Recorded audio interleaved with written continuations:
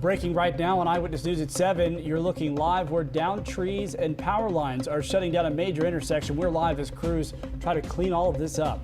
And severe weather lighting up the sky as heavy downpours pounded our area. Trees toppled, roads wrecked, houses and down power lines all over our area. Right now, as the final remains of the storm leave, the cleanup begins. Eyewitness News 7 a.m. starts right now. And thank you for joining us this morning. We hope you're safe. I'm Brittany Johnson. I'm Blaine Tollison in for John Paul. It's been an intense start to our day, but it looks like the severe threat is almost out of our area. We broke into programming just after 4 o'clock this morning to track that severe weather. We want to head right on over to meteorologist Keith Monday. Keith, you've been mapping out what's left and that moved through very quickly. Oh, it sure did. As expected, we knew the worst would be with us between 4 and 8 a.m. and it looks like it's moving out maybe just a touch faster. So that's great news. If you were lucky enough to sleep through it last night, all that's left now from the severe weather that came through Charlotte this morning is in our very far eastern counties. So folks around Rockingham, we still have some very intense severe weather here. Still very strong winds, still a lot of heavy rain. Of course, the intense lightning showing up that extends southward towards Sharon, eastern Chesterfield County. You can see how that line kind of bows a little bit. There are still very strong winds, could exceed 60 miles per hour. 10-15 minutes, this is going to move on, so that's going to move out of our area. Back into Charlotte, there's still some rain to deal with, but this is not severe rain, just some garden variety showers weakening as they move in through Concord, Kannapolis, China Grove, and Rockwell. Light showers over Charlotte, and then back to the west, seeing some maybe brief gusty winds coming through eastern Gaston, northern York County, but this also thankfully weakening compared to what we dealt with late last night, early this morning. So the futurecast shows things clearing up as we head through the morning. Some residual showers could still be left over for a while, but the trend is definitely downward for the rest of the day. We've been in Severe Weather Center 9 throughout the morning, monitoring that severe weather threat. Meteorologist Jacqueline Shears, look at the storm reports that have just continued to pile in with a lot of wind damage reports in our area.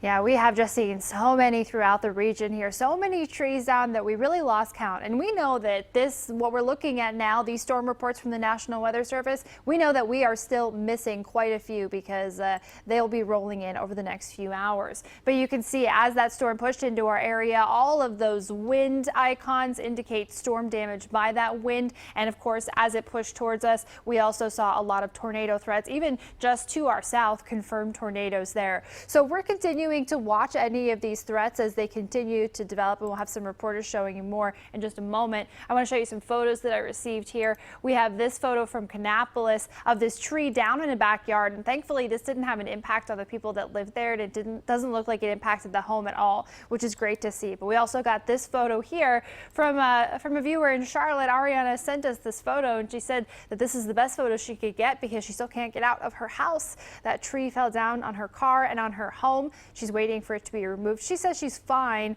nothing to be worried about there. But this is just two of many, and we're going to be taking a look at more of them right now, Blaine. A tree fell along I-85, causing big problems, shutting it down in both directions. It happened a few hours ago between exit 21, that's Cox Road, and exit 23, McAdenville Road. Officials just told us those lanes, they're not going to reopen until 10 o'clock this morning. Yeah, our Gaston County Bureau reporter Ken Lemon is live from exit 22. This is South Main Street in Lowell. Ken, how is the traffic there? People have been turning around in some areas. Yeah, they have been turning around. As a matter of fact, traffic coming through here. One guy just yelled out at me, but I-85, you see absolutely no traffic. I'm going to zoom you in here, and you can see where they're doing work and trying to back cars around. We shot video earlier today that gives you a more up-close view of what's happening. 18-wheelers basically had to back up. These are 18-wheelers who came down I-85 to this point, and then they encountered those down power lines and had to back up and come back around to exit 22 in order to get off. This area here has been blocked for quite some time because of those strong winds that moved through earlier this morning. They are routing around this area, coming off to Highway 7, which is the main route receiving a lot of that traffic.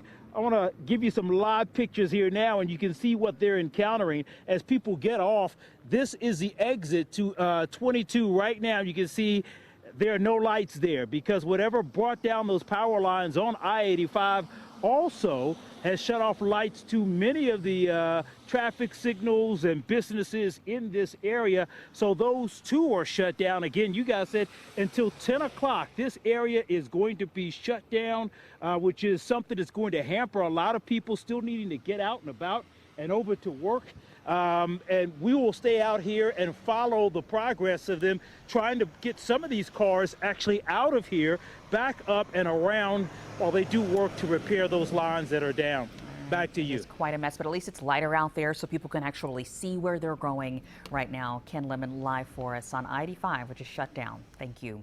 And in Gaston County here, check out this incredible damage. This is a home that Ken went to before that scene. Look at this. You can see where that huge tree crashed through the roof there. This is on Downey Place, and the family was at home asleep at the time that this happened. The tree crashed onto their gazebo and into their sunroom of their home, though. So the good news is they're okay, but they told us this was the loudest sound they have ever heard, and you can see that tree straight through their sunroof there. Down trees really becoming the bulk of the problem all across our area. Also, a pretty busy intersection in Dilworth is shut down, and it's because of trees that have knocked over power lines. Yeah, meteorologist Tony Sadico is live there. This is East Moorhead Street and Euclid Avenue. Tony, you got quite a scene there.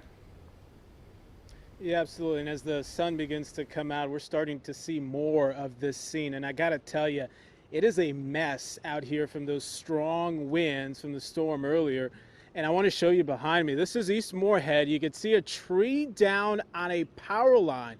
Pretty easy to tell where that power line is. You can see the street sign, East Moorhead, right there. I mean, the force of the tree so strong that if you look over here, you can actually see the street light laying on the road right over there. I mean, this is just incredible stuff. This, by the way, not the only tree that's fallen. Just a block away, I showed you this earlier, it's a tree on an office building. I just posted a picture of that on my Twitter, but at least right here, right now, this is the main concern for folks who are essential, still got to get out there to work this morning. You can see officers are blocking the road here. We've seen cars try to come here from time to time. They've had to turn around. So if you do have to take East Moorhead and Euclid Avenue, just know that you're going to have to probably take an alternate route this morning. Have yet to see any crews out here to clean this up, and by the looks of it, it's going to take a while for that to happen. We'll let you know if anything changes, guys. Yeah, two big trees causing a lot of damage there in Dilworth. If you can, try to avoid that area. Thank you so much, Tony, for walking us through that area. And check this out. This is lightning this morning on South Tryon and Westinghouse Boulevard in southwest Charlotte. This was the kind of thing we were seeing, and that thunder probably woke you up. Our crews also took this video of lightning spotted from 12th Street in College uptown. And this rain was just pouring down, and again, this probably woke you up this morning, and it just brought down trees and power lines all across the area, and all of that is going to have to be cleaned up, and it may take a few days. Dozens of Duke Energy crews are spread throughout our area, tackling thousands of power outages. Yeah, and all Duke is asking is that customers try to remain patient through this. They're dealing with those outages and the pandemic. They need everyone to stay safe. Here's a look at the outages here in Mecklenburg County, more than 44,000. So the bulk are here in Mecklenburg County. Those are growing by the thousands every time we check in. Just an enormous spike. We checked about an hour ago and only had 3,000. And we're seeing more of a gradual increase of outages in Cabarrus County as well. Right now, there are more than 4,000 people there in the dark. And there's a similar number of outages in Gaston County as well, but really most of the area hit in some way by those outages. And Brittany, as we were talking earlier, we're going to get more and more reports, new reports. We have some breaking news out of South Charlotte now where a tree has come down on an apartment. Our reporter Gina Esposito live for us in our storm camp. Gina, you're heading there now. This is to Countryman's Court, and you found out that someone was seriously hurt there. Yeah, Brittany, we just arrived here about a minute ago, so I'm going to show you live pictures now from Channel 9 Storm Cam. You can see we have a large tree that went into an apartment building here. As you can take a look, I'm going to zoom in. A lot of damage. You can basically see inside one of those units there. We did learn from medic, as they are here on scene, that one person has been taken to the hospital. We're told they have life-threatening injuries. So again, we're just arriving on scene, working to gather some more information from Charlotte Fire, police, and medic about what all happened here, how many people were inside this apartment unit when this tree came down. This has been the warning. We've been talking about reports of trees down all across the Charlotte area. We just came from one here, but again, right off Countryman's here. This is by Sharon Lakes Road, not too far from Park Road here in Sharon Road West. As you can see, pretty large presence, and again, we're going to be jumping out in just a little bit to learn some more information about this. We have seen some people walking around here, so they may have evacuated some people from this building. As you can see, no longer seeing strong winds or heavy rain right now, but again, this is the aftermath. So again, we're gathering some more information, and we'll be back to you guys shortly. All right, thank you, Gina, especially when you think about just how saturated the ground is. We could continue to see these issues throughout the morning. Yeah, the good thing is our team of meteorologists tracking the storm, moving farther and farther east of us, but still don't want to let your guard down. There are some dangerous conditions out there from the effects of the storm. Let's get to meteorologist Keith Monday for the latest on that and what we could expect to see for the rest of the day. Yeah, we're looking ahead to quieter weather starting to roll into Charlotte. Here's the view now over uptown. Still some rain out there, but yeah, this is nothing compared to what we dealt with overnight last night. The severe threat has moved on. The atmosphere is stabilizing now, and these clouds, these leftover showers will clear out pretty quickly as we head through the morning. Look at all this activity, the massive storm complex now, how quickly it moved through and out of Charlotte over the last 3 hours. This thing raced through. The clearing is already taking shape out west. Things are calming down. Coming up, we'll talk about how long of a quieter stretch we can enjoy with some cleanup time obviously needed for the rest of this week.